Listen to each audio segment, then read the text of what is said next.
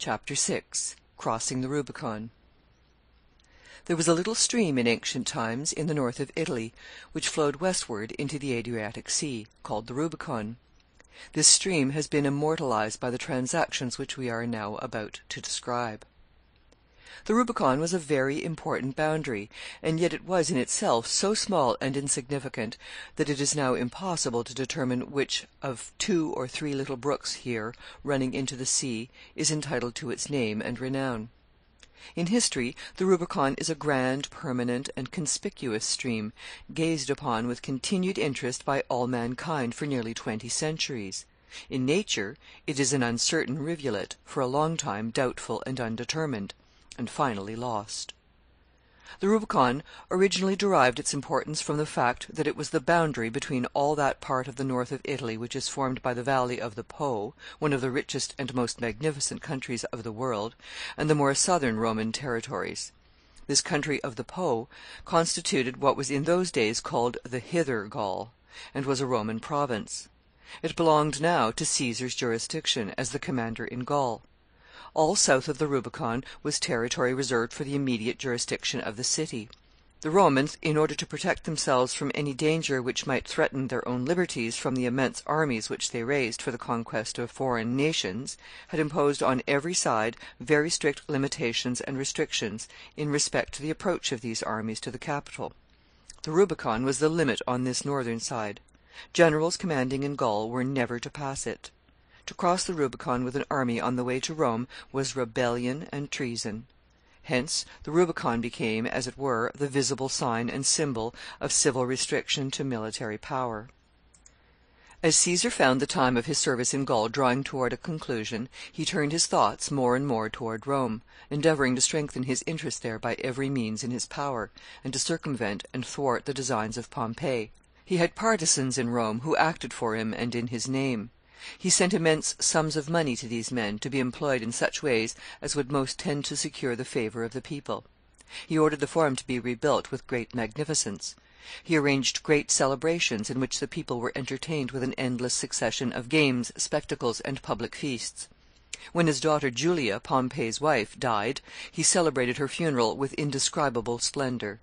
He distributed corn in immense quantities among the people, and he sent a great many captives home, to be trained as gladiators, to fight in the theaters for their amusement.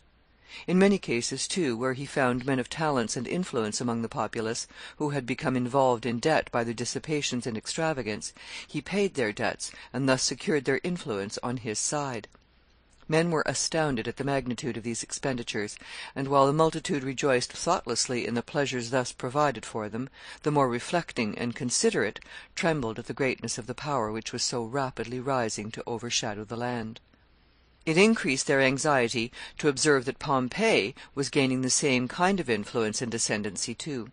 He had not had the advantage which Caesar enjoyed in the prodigious wealth obtained from the rich countries over which Caesar ruled, but he possessed, instead of it, the advantage of being all the time at Rome, and of securing by his character and action there a very wide personal popularity and influence.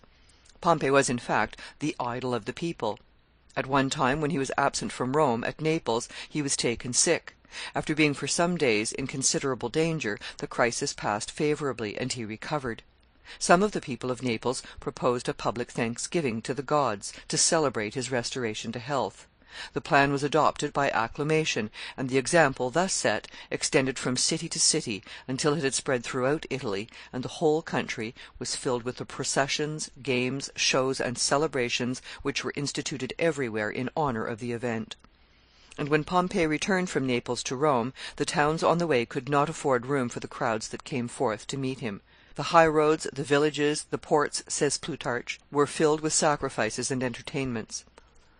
Many received him with garlands on their heads and torches in their hands, and as they conducted him along, strewed the way with flowers. In fact, Pompey considered himself as standing far above Caesar in fame and power, and this general burst of enthusiasm and applause, educed by his recovering from sickness, confirmed him in this idea. He felt no solicitude, he said, in respect to Caesar. He should take no special precautions against any hostile designs which he might entertain on his return from Gaul. It was he himself, he said, that had raised Caesar up to whatever elevation he had attained, and he could put him down even more easily than he had exalted him. In the meantime, the period was drawing near in which Caesar's command in the provinces was to expire, and, anticipating the struggle with Pompey which was about to ensue, he conducted several of his legions through the passes of the Alps, and advanced gradually, as he had a right to do, across the country of the Po toward the Rubicon, revolving in his capacious mind as he came the various plans by which he might hope to gain the ascendancy over the power of his mighty rival, and make himself supreme.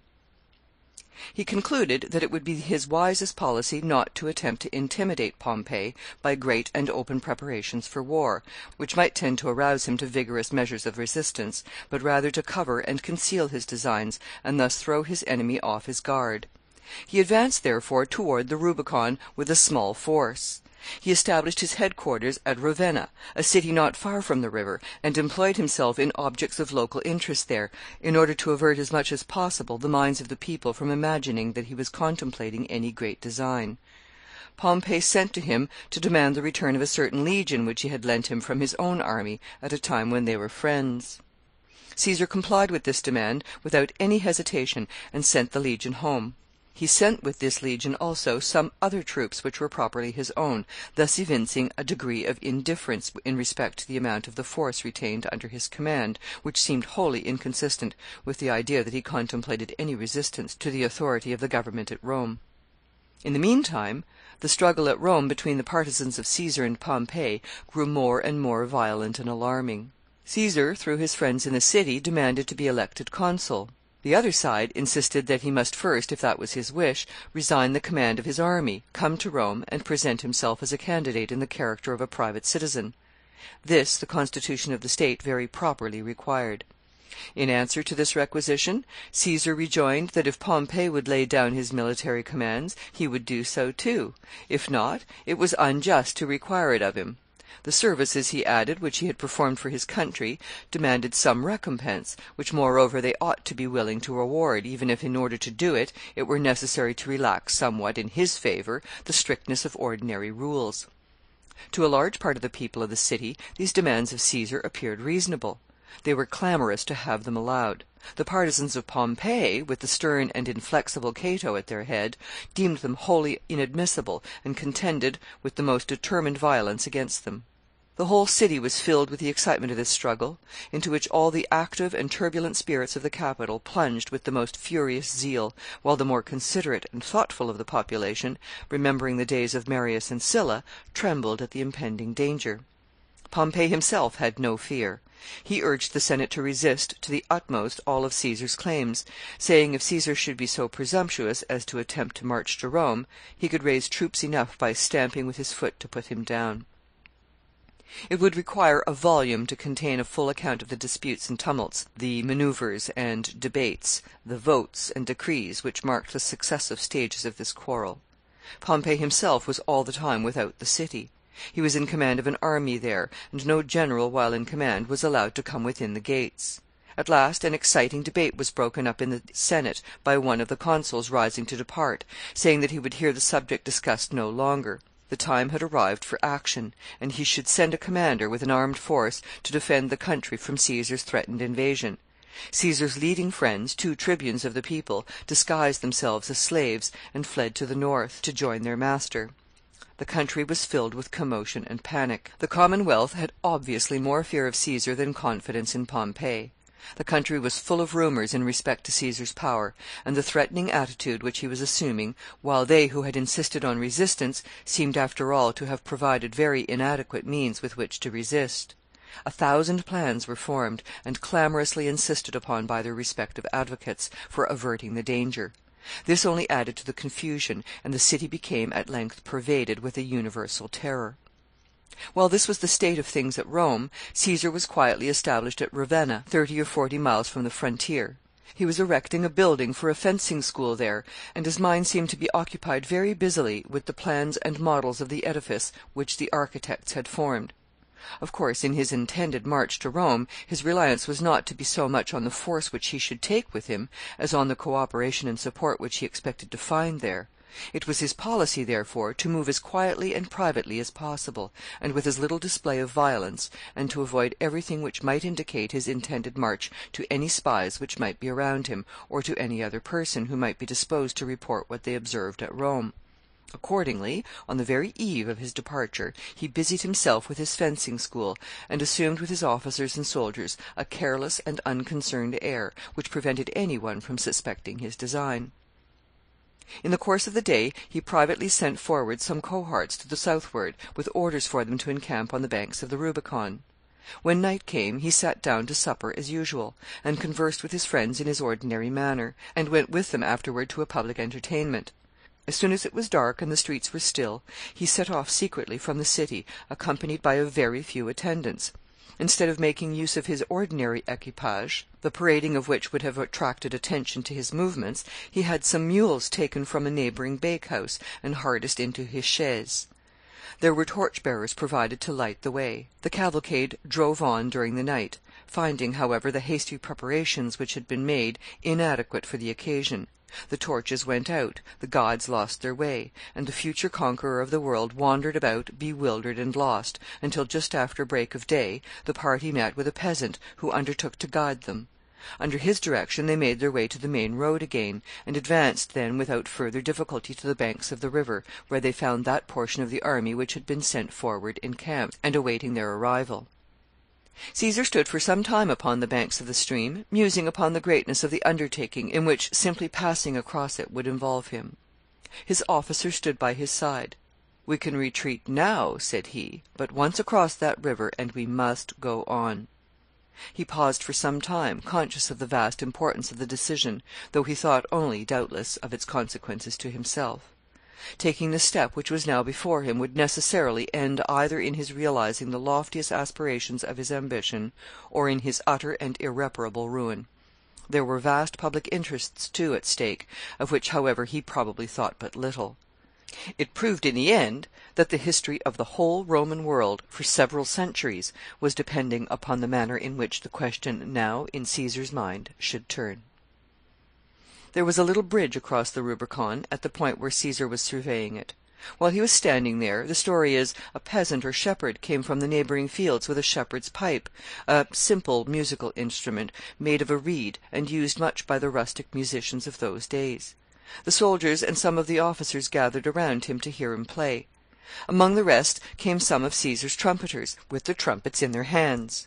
The shepherd took one of these martial instruments from the hands of its possessor, laying aside his own, and began to sound a charge, which is a signal for a rapid advance, and to march at the same time over the bridge. "An omen, a prodigy," said Caesar. "Let us march where we are called by such a divine intimation. The die is cast." So saying, he pressed forward over the bridge, while the officers, breaking up the encampment, put the columns in motion to follow him. It was shown abundantly, on many occasions in the course of Caesar's life, that he had no faith in omens. There are equally numerous instances to show that he was always ready to avail himself of the popular belief in them, to awaken his soldiers' ardor or to allay their fears. Whether, therefore, in respect to this story of the shepherd trumpeter, it was an incident that really and accidentally occurred, or whether Caesar planned and arranged it himself, with reference to its effect, or whether, which is, perhaps, after all, the most probable supposition, the tale was only an embellishment invented out of something or nothing by the story-tellers of those days, to give additional dramatic interest to the narrative of the crossing of the Rubicon, it must be left for each reader to decide. As soon as the bridge was crossed, Caesar called an assembly of his troops, and with signs of great excitement and agitation, made an address to them on the magnitude of the crisis through which they were passing. He showed them how entirely he was in their power. He urged them by the most eloquent appeals to stand by him, faithful and true, promising them the most ample rewards when he should have attained the object at which he aimed.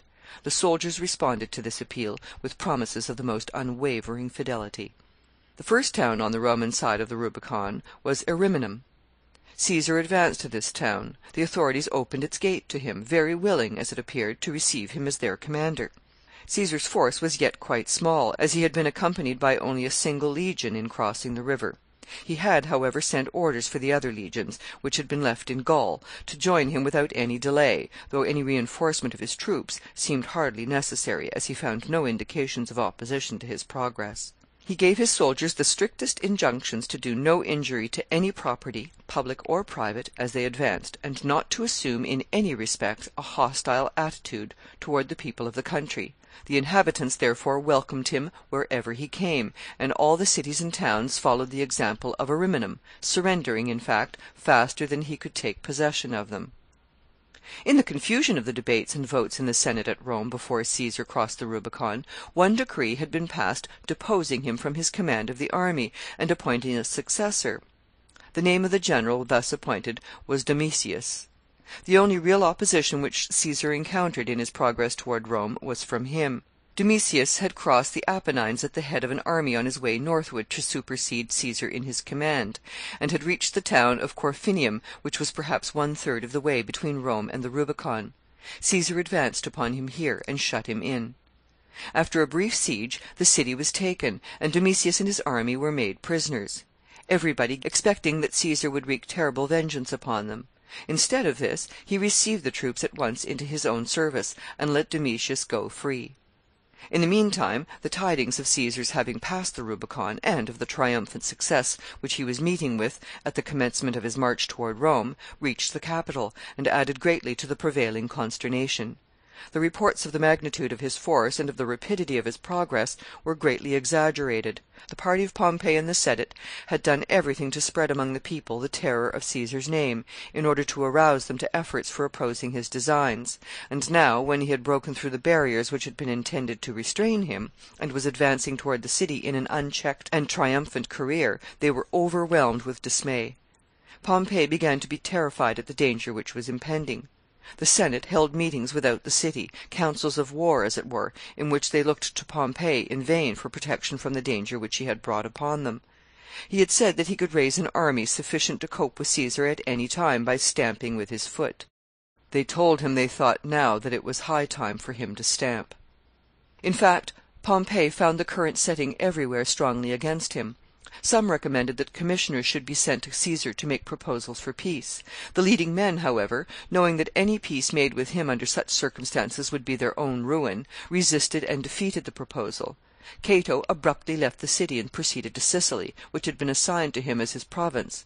Others fled in other directions. Pompey himself, uncertain what to do, and not daring to remain, called upon all his partisans to join him, and set off at night, suddenly, and with very little preparation, and small supplies, to retreat across the country toward the shores of the Adriatic Sea. His destination was Brundusium, the usual port of embarkation for Macedon and Greece. Caesar was all this time gradually advancing toward Rome. His soldiers were full of enthusiasm in his cause. As his connection with the government at home was sundered the moment he crossed the Rubicon, all supplies of money and of provisions were cut off in that quarter until he should arrive at the capital and take possession of it. The soldiers voted, however, that they would serve him without pay. The officers, too, assembled together, and tendered him the aid of their contributions. He had always observed a very generous policy in his dealings with them, and he was now greatly gratified at receiving their requital of it. The further he advanced, too, the more he found the people of the country through which he passed disposed to espouse his cause.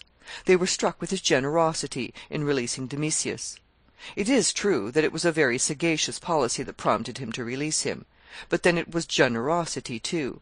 In fact, there must be something of a generous spirit in the soul to enable a man even to see the policy of generous actions.